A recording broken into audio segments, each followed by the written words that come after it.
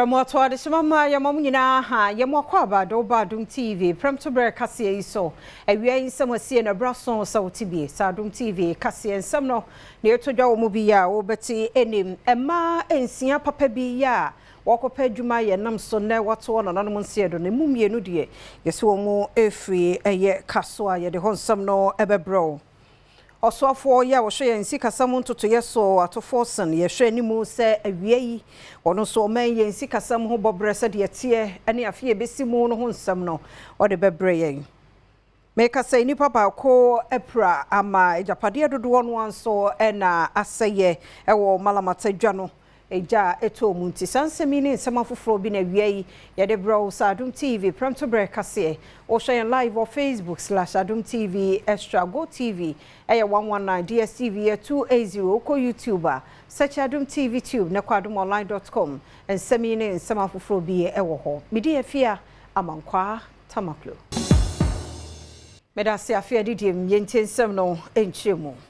Enipa bako epra ejapade dodo no anso na asai ni nyina no eye eja ato Mallam Atta dwane mu wa ya was central mansimo ewo nkran mantami mu ewe eja emane mu so ewo Mallam Atta dwom nam so amase ne mu kasa die onipa bako we prade mu odin pa omanfo so nya pade mpempem die ni nyina ahyedwere be Adom Kasee ama no bofo akupi wa ye ne obi an ho kan bia ne din gifty etwetwe nkomo no wo kire se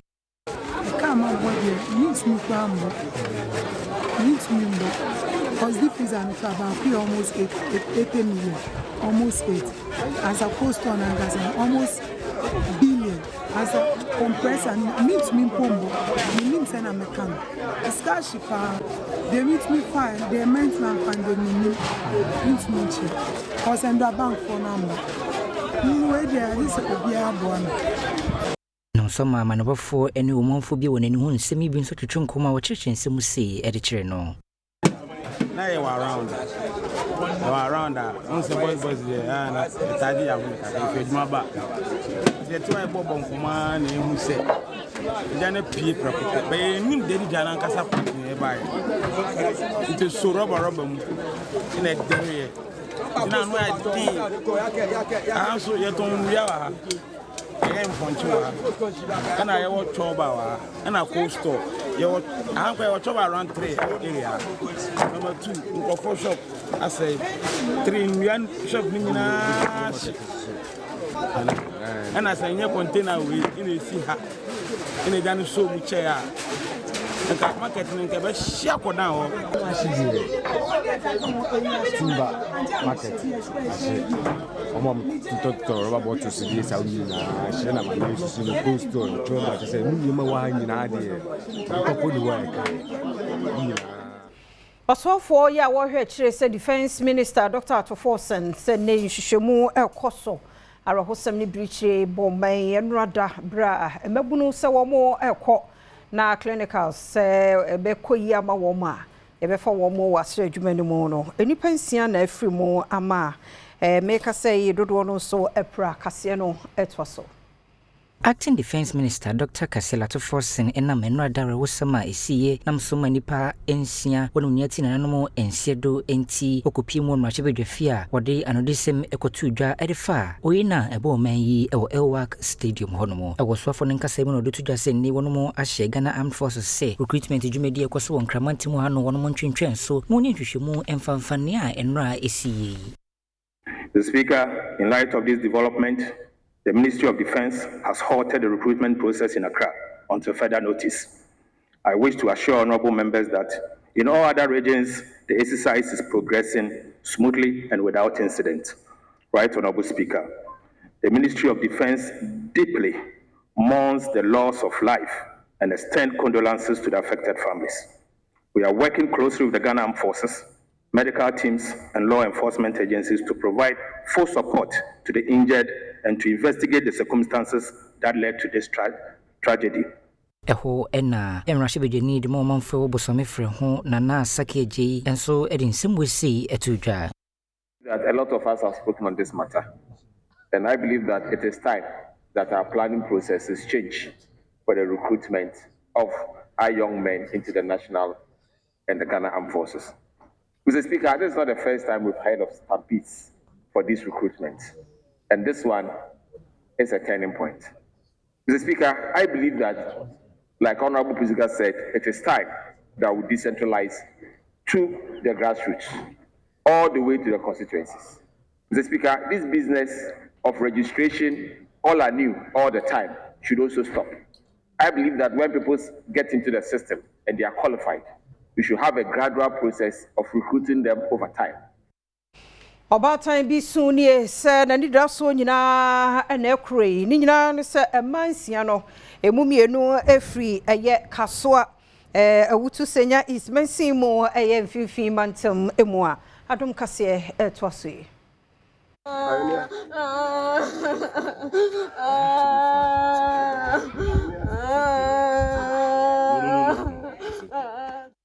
Nano ato renche mo a isi ye wo Elwak Stadium enrada ya enipa nsia afemu ato anananom wansie do no amoman abobrichi ato abesen no a enyasem ketoa na Presla Nyamalo eye oba a wanya mfrenhia aduonu mienu ono ye adwuma Consolidated Bank Ghana ne nkrabata e wo kaso a eka wonum a won ato anananom e wansie do ho bia akoya rehosem ye pa na busuafo e kire mu a sesei wonum eduduku abo won yam a wo ti ni so e twaja adwo Mr. Friend wamfa me friend wamfa e kire na Mr. Friend and ofa and o say o ya obanu o yare o oda 37 oda 37 me see e dia na see e o say o me ti wo background no say e see yati anesu oi yati anesu and I me see ye yo me ba sesia yo afi me friend for na nko me friend nko my friend in Brazil onko jese obewu mi banu mu mocha na onko eno na mi banu da mochi Robert Kwame Nyamalo enso enane ba edafo ya odi atudwa se na ni da so nyina asa. We sent our elders to the same place, and they came and tell me the way the thing happened. How is she? How old is she? She's 23. 22. 8 months. 22 years. 8 months. Yeah. Is she working? She's working at bank. Which bank? CGB Bank. CGB Bank. Kasua branch. We wouldn't want to disturb you. Radin Koson so makuma mu na onye more cheche na wosare hosam na mu no Gender Minister Agnes na Momolate na Defense Deputy Ernest Broja Jemfie ekwa abusua ya nei ewa kensensemi won ho aka adwa mu ya denta eno so nsama otofo be de chehwe defense so de tudwa ne sa ban no ebeta wachi. Gender Minister Agnes na Momolate one osofa be de chira ohwa hombambo semeso Ernest Broja Jemfie womo akwakosira abusua wonmo hwere wonmo mba ewo enyoda Elwak Sports Stadium Stampede isiye Abra sofa be de chira hwa hombambo semso Ernest Broja Jemfie wokasa no de to abusua nanim se aban be yedu betumi bia na mom be hia bia no wodi adom wo Senior Minister kan so with the so say aban ejina muchi sabinya mu kwa no edition no so we Ghana ti ofre abusua mu nanso osan so oman ba ti bibia esesa aban eye na ejina abusua chi na ya edition na chi ebe na ejira asem so ene abusua atmasia ti ebaya ne ebani aba be shebe na no esiye Agnes na Momolate enso e de piece say ye better abaha say ye ba pesna ana ye Adom jina for aba ye benti kitewuji say Ministry of Gender social protection one of the things we do with the family they say ye ni mo jina say ne be ya asema esi it will not leave you worse off, but you will be able to stand together, and that is the strength it brings to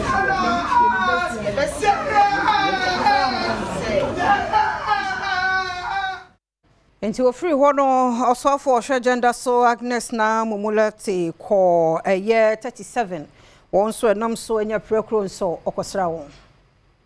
There are many things that will come up after we have assessed them. You know, there are still some in ICU. We will not be here to say,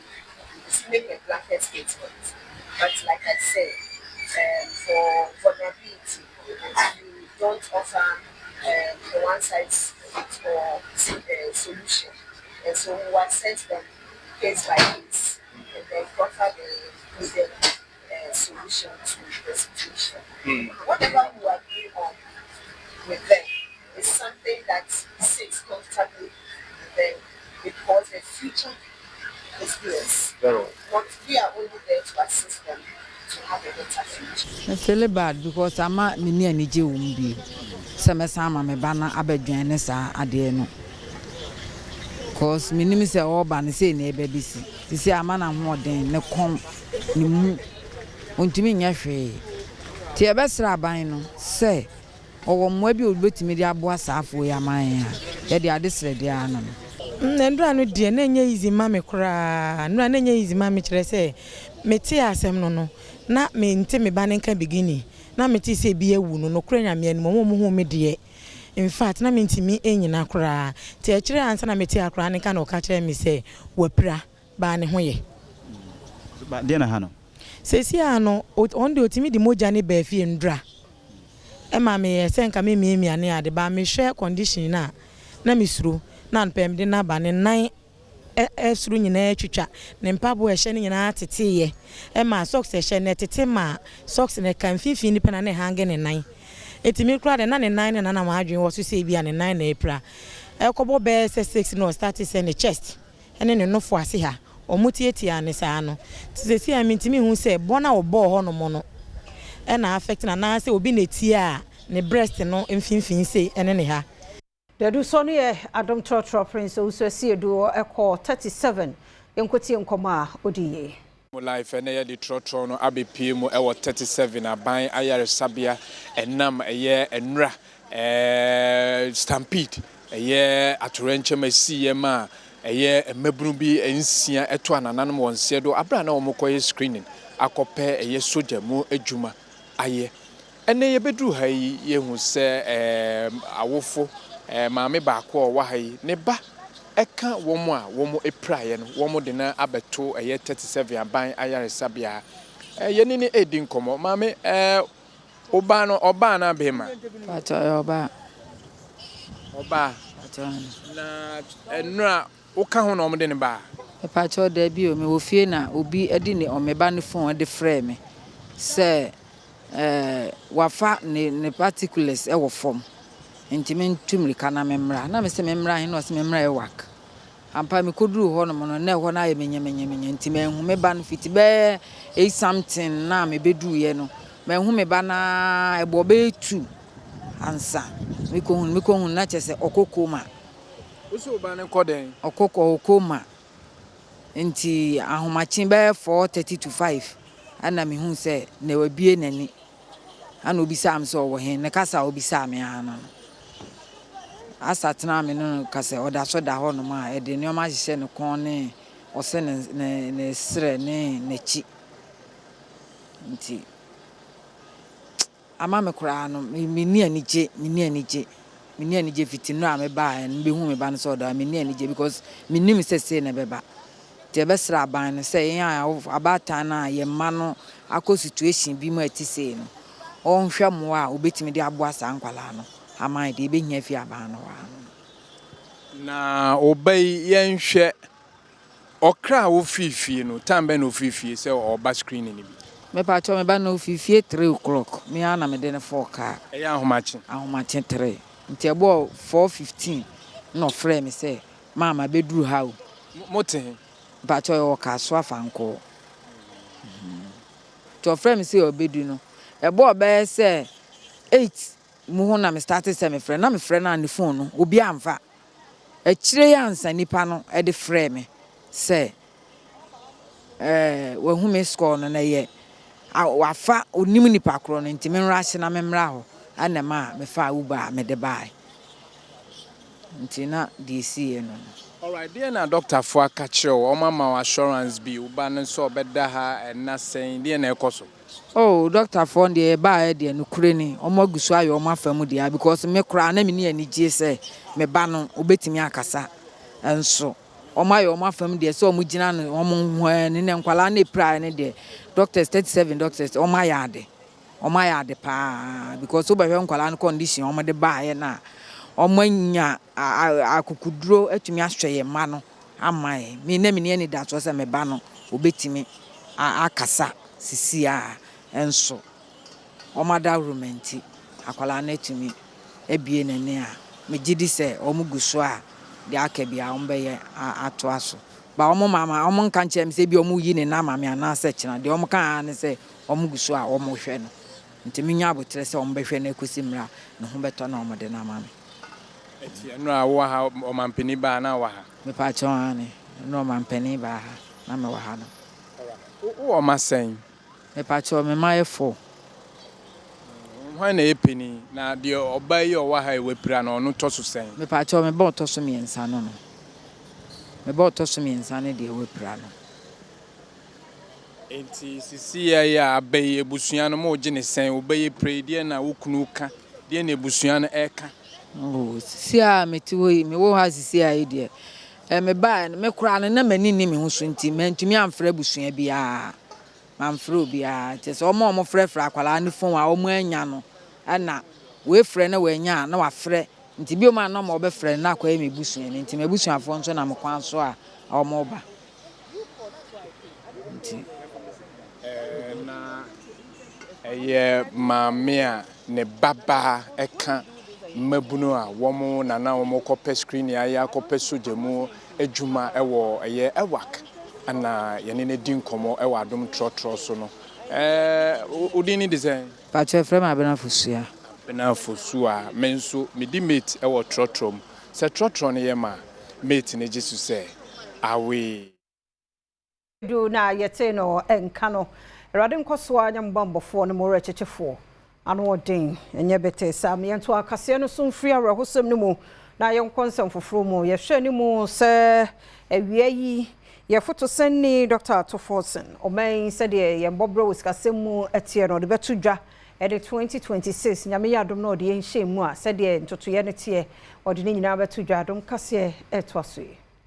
So for risk asem so Dr. Kasee Toforson komrahye bedwam ene dai no me nu pepepe no de afim pimenu ne adunu nsia kwa masika kwa kwato mrahye bedwafo anim magana fo atibi okwane aban no befa so na watoto sikasem afia yebesi mu ene nyoma hodo a wo ba beye ema omanfo ho asan won ne sikasem agina ne na so ewo mayi mu na afi eye de eno ne ho akoko hia pa free say omenga nan free bra ye de ho kwhye IMF dwumadi ase no we eni akon masika ebeboa yema yatumi yaje ho afrase afim pimenu ne adunu nsia opanima abosomu a enya asem ketua na we eba beboa ama aban akyerɛkyerɛ kwane a sɛ wagye ne ho free IMF dwumadie no ase a no ankasa ebɛyɛ ne ntotoye ayɛ ne nhyehyɛye na amasikasɛm afa ne ntoma pɛfra ɛwɔ man mu na Dr. Toforson ɛde atodwa sɛ afim pimenu ne aduonu nsia kɔ masika de di mu ntintiman ɛyɛ enwuma ɛna afei sikasɛm a ɛbɛgyina ne naso na yatrɛtrɛ sikasɛm mpuntu mu wɔ man mu ya wobɛgyina kua adwuma ɛne nneɛma a wɔn mu ankasa wɔyɛ no man mu ɛne abɛɛfu akwanso dwumadie so a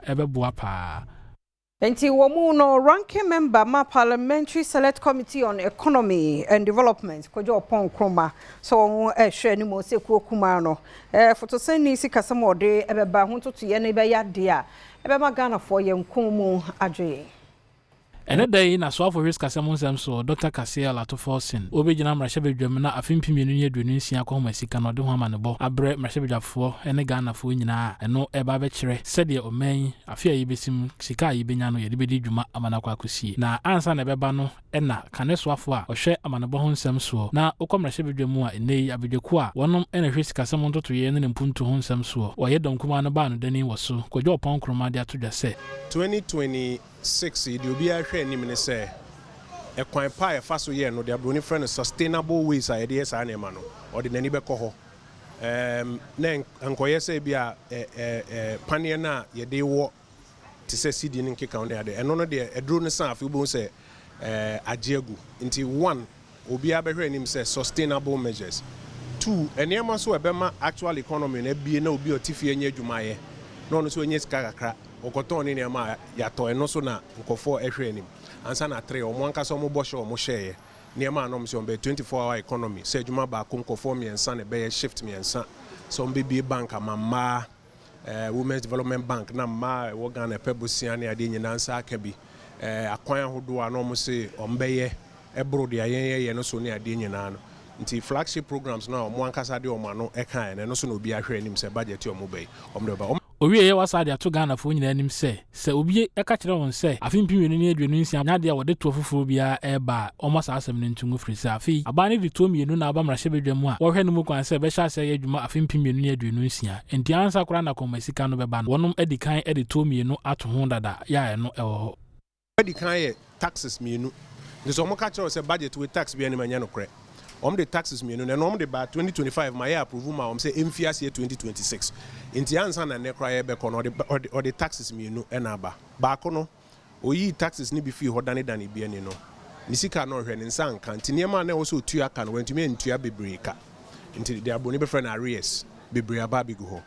nti we no se oja propaganda na oye ne taxes ni yi a obenye sika wo sa ban saka na fi wono ma wo se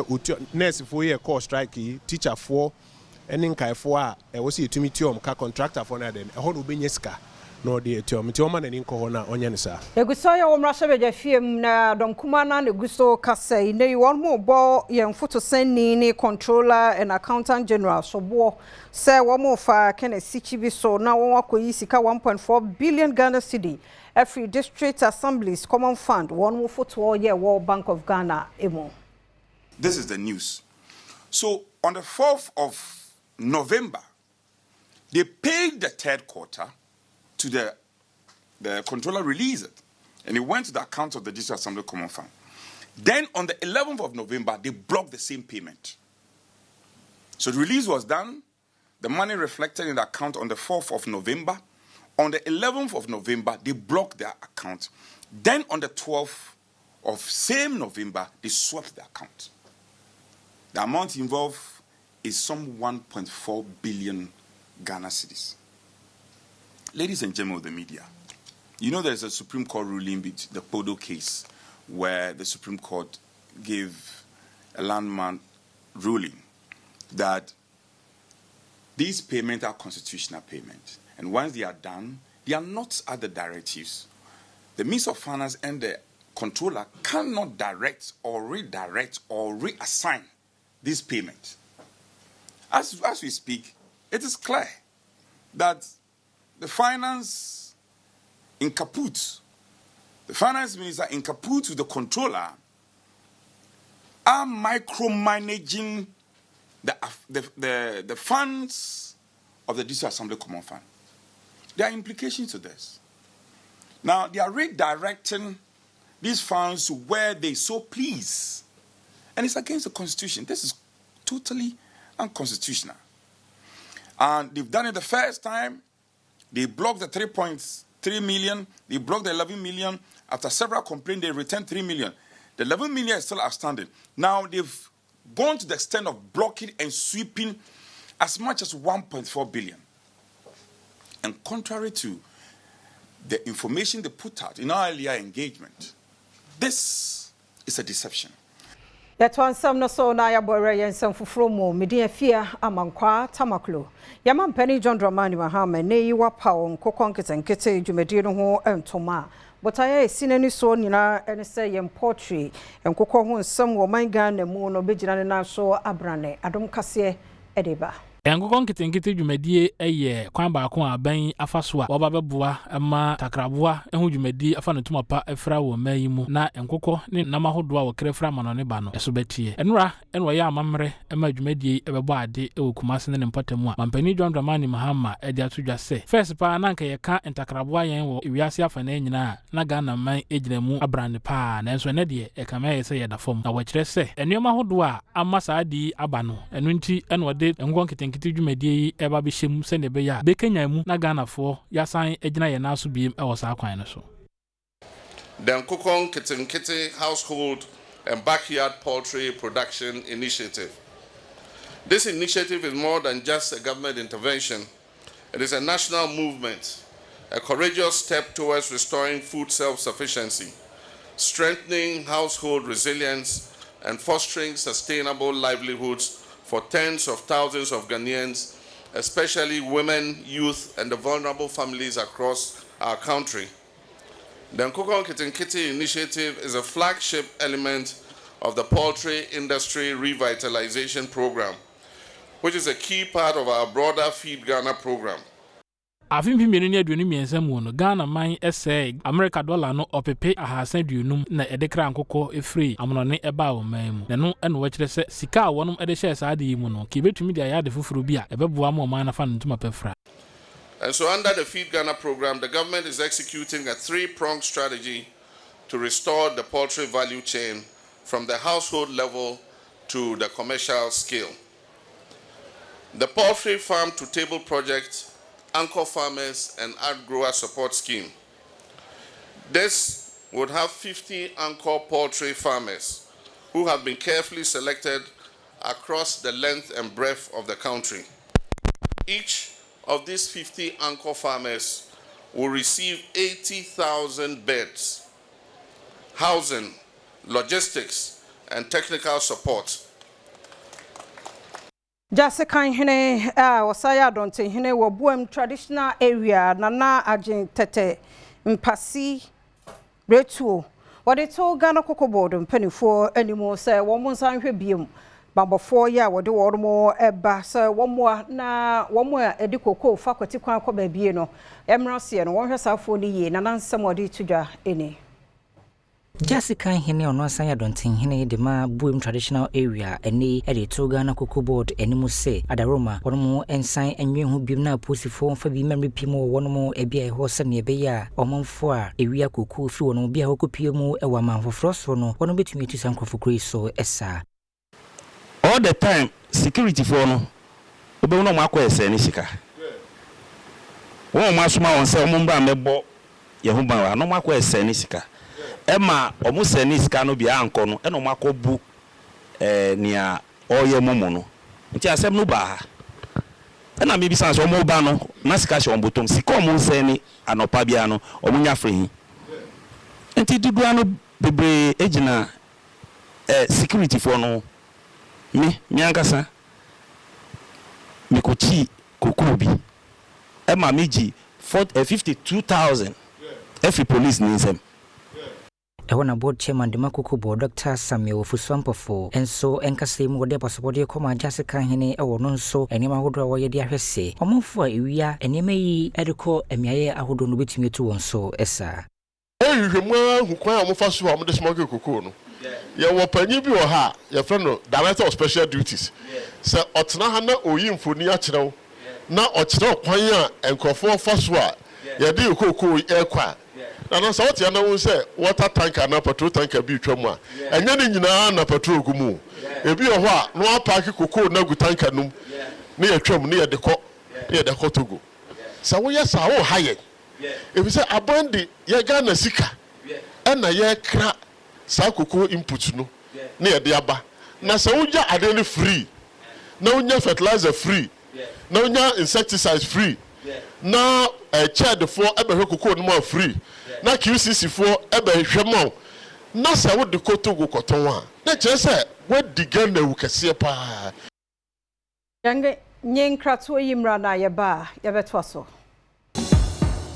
wakwa ba yeda se so social Adom TV Premtobre Kasee no na ye hwe ni mu kwan se ye mfoto sani Dr. Atofo sen desika semu toto yebeto dwa no ye de adwadefo yi bi nsu akasa yentie ne wonhwe afri pani ho eneso for show me sika sem so ebo memra se bedwafie na wode oman akohoma sika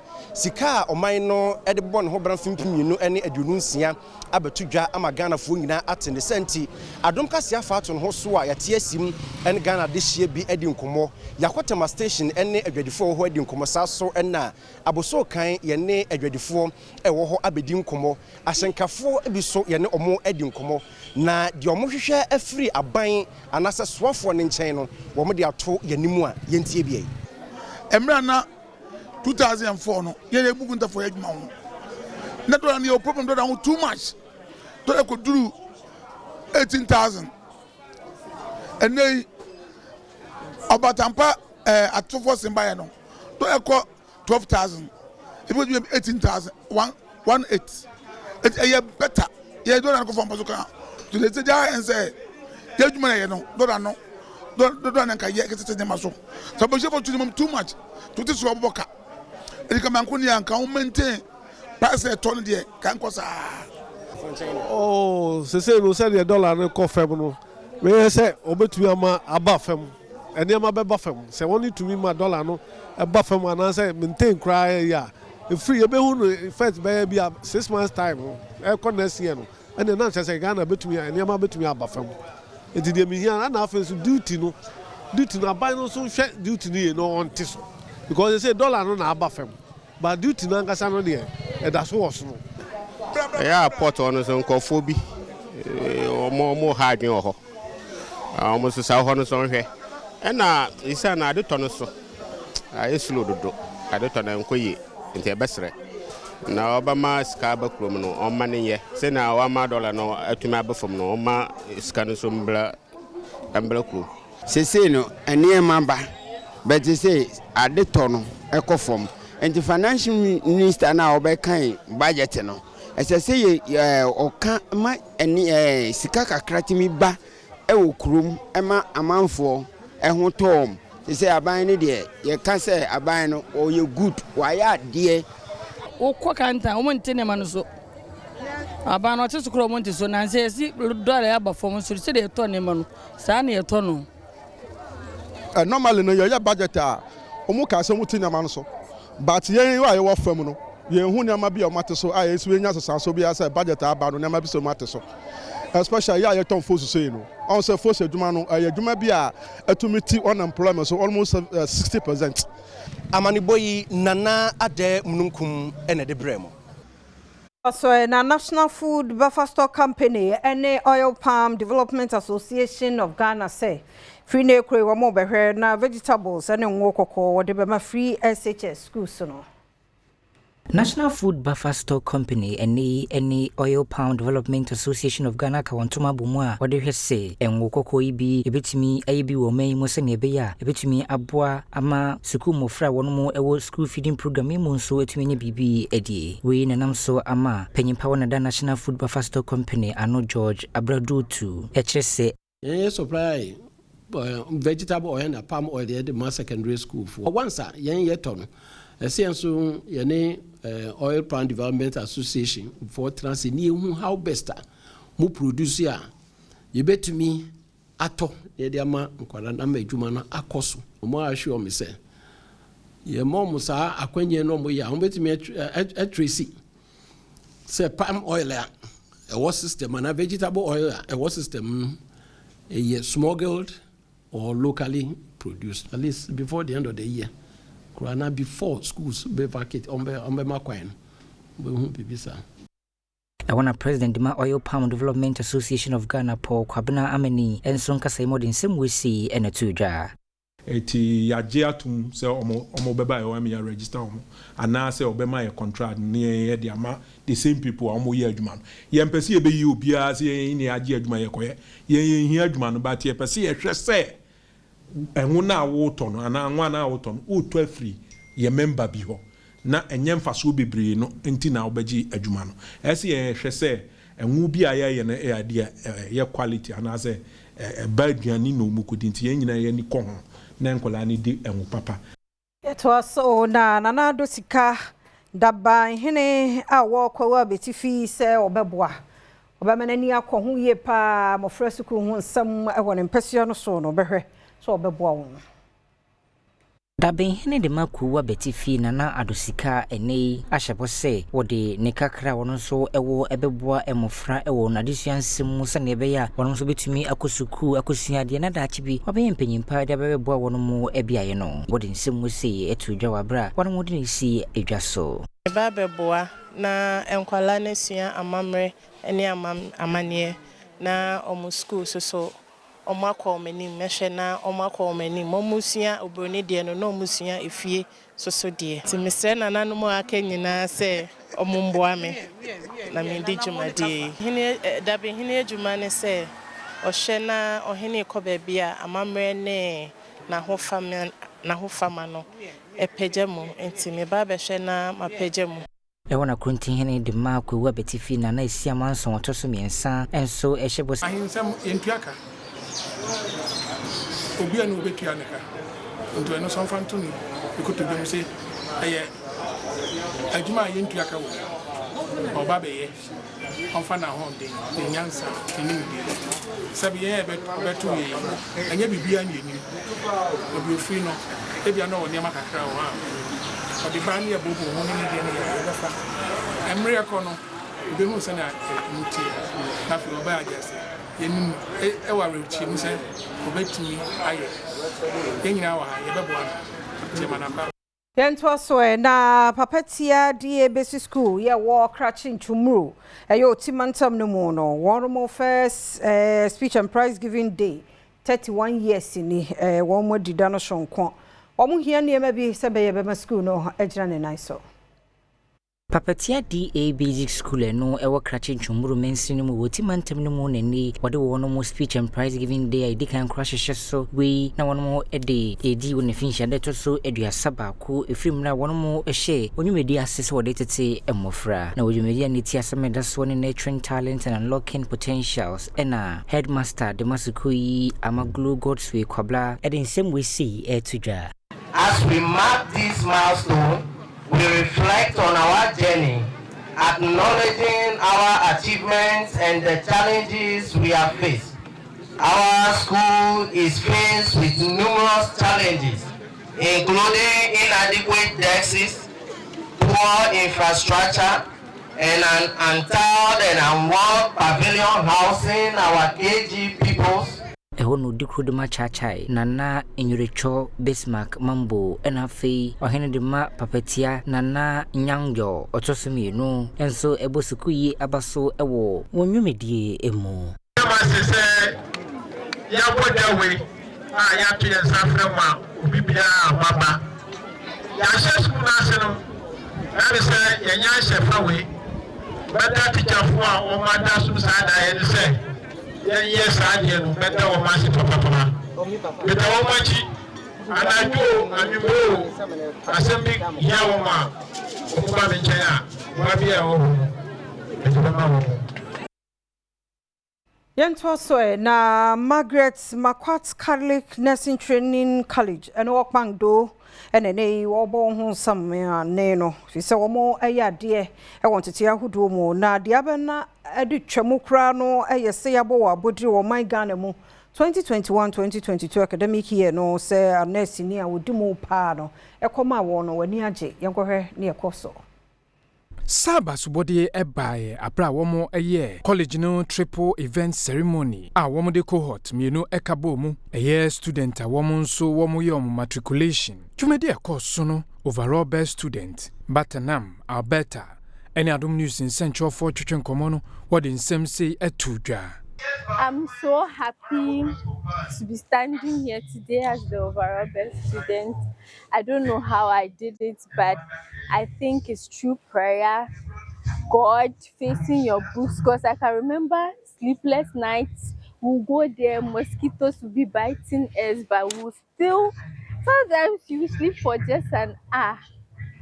just to pass an exam or a quiz. And I would like to say that it's also by the dedication of the teachers. Principal Emma College no Francisca Nana Atta enso editudwa ehihyeya institution ni di gu akwam e fan infrastructure ene akwansidie. Hasn't been an easy journey. For the past 5 years, the same infrastructure that we have, that is what we've been using. That is what has been housing us. As I speak to you, we have only 2 lecture halls that will be able to contain about 80 students. So currently we are running shifts within shifts. I'm saying shift within shift because one of the classes are close to 150. Enipa be 20 years say woman nemo ayedin ya ni nyina gina dankra ya som enso eja tomu e won patase brono bi e wo Berekum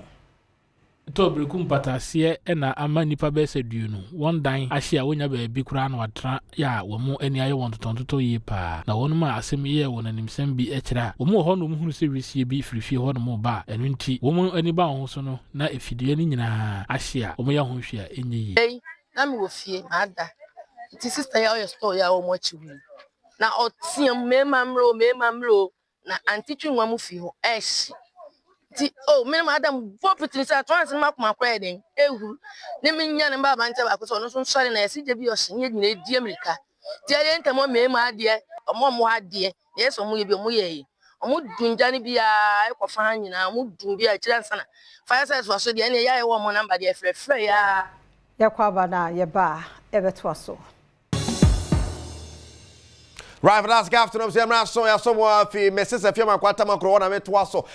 Meno, why the Cocumlin so talk in so to 10 day or having Sabicusa, Mrs. Tihon and yes, saying, Wafinicunu, the main checkra may bonnet turtle and tum, Senabella, which my pawn or corny kuno. Send a weather night, send a weather night, no, send a weather night, send a night, and dear, at the Abaconicuno. Yezu or shows also a you or so yet, or Conicuno because Wafinicunu. Eti mame monitor na kopiem ai Canada so am league here so am obia starting league no mo de am bo mo de na wie for the first time team akwa Atletico Ottawa wo mo na age na brante ba akwa friend David Rodriguez na share goal no a winning goal mo de ye na boro ye bo ye referee mpon so mpon snow ho ye hanzo to kura ge mo nzo keke ye nya ba bi mo hwe snow ni mu awom so boys this on bebo correct film a besi nyai and so she go ice yo nya say agona media snow na tosa no and so she go a or the winning cap no because ye ntimi nkoma me bo no foforo ya band de ne ye bo ya band de ne ya ba ye bo wo kwankwan because snow na petika kra no so mbebo but ye be pomo na no edi no so da bi akabe 20 minutes pa mu yenku ye ho me yempon and say kikiri fans no ebia na ne blog aji adwa na dio edi ankasa ntimu na Yankopon de oya Yankopon dis no ben nam ha ba bi am say ne kere ke majuma kura am abesora mache next no ato enso to kura form pe majuma na fe sno ato stop it ha eti Mama Naji Canadian Premier League, you know, through snow, they have won. If I Gagra Sports Stadium, Black Stars camp be, they know Kazoku Pim when and watching 10 a.m. match and Baswa and Yasam Ketwakra, Ghana, and Japan. Nana Aka player about Kobe Landing Patrol, SM for life for landing. SM for life landing, is a free jai. Almost a match in the Ghana or Ginny. Ni opie autograph kekere autograph SM for life for autograph amane pensa se Japan for ni feeling o wa mo so mo hwe ne se what sexy eyes no na all looking young no ni tina wa ye no na ni height no it is killing them chinginga si okachi chinginga no ana ayaya ben who say no ayi no opie ho no yi ni pen was saying a video my Betty or my BJJ superstar is in town. It will no better pomu amagana. Born Tottenham asare for World Cup. No ababa say. Meje mama me sister Fiama Kwatama kura fini kuno no atwaso. Me ni kejuwa na nkasa Erica sie du buere.